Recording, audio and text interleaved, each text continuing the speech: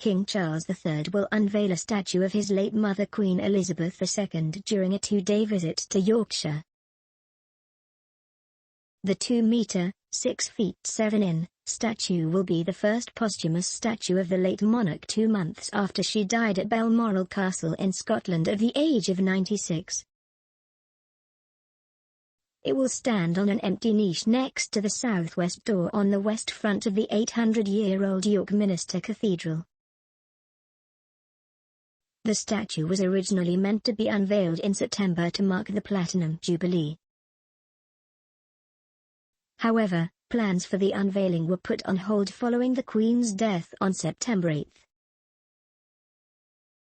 The King will be accompanied by Camilla the Queen Consort for the trip. Civic dignitaries will greet the royal couple at York's Micklegate Bar before they attend a service prior to the unveiling of the statue. Lord Mayor of York David Carr said that the day of the unveiling would be a tribute to the Queen's service and legacy.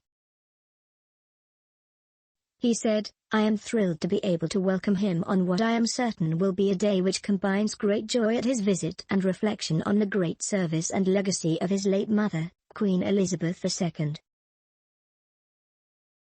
The statue was designed by expert carver and stonemason Richard Bosson, who has been part of York Minster's Stoneyard team since 2011. He has portrayed the late monarch in her garter robes with the orb and scepter, which were the symbols of her office as head of the church and state. The Queen is also depicted wearing the George IV state diadem.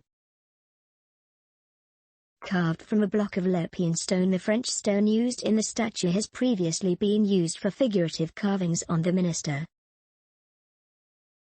It was also used for the restoration of the west window in 2000.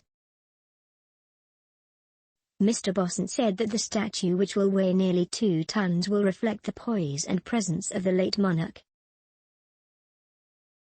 He said, "There have been several challenges to overcome with this project in terms of the design. First and foremost, I have to compliment the magnificent medieval facade of the Minster. The statue needs to be part of the fabric, not a distraction from it, yet it also has to have the poise and presence befitting of the Queen's unique role as head of church and state. The figure is posed to form a protective gesture around the orb and scepter, while Her Majesty's gaze is aligned across the proposed Queen Elizabeth Square, the principal approach to York Minster. She will stand proud and resolute in her niche, welcoming worshippers and visitors alike." After their visit to York, the King and the Queen Consort will travel to Doncaster on Thursday, one of the 8 towns granted city status to mark the Platinum Jubilee.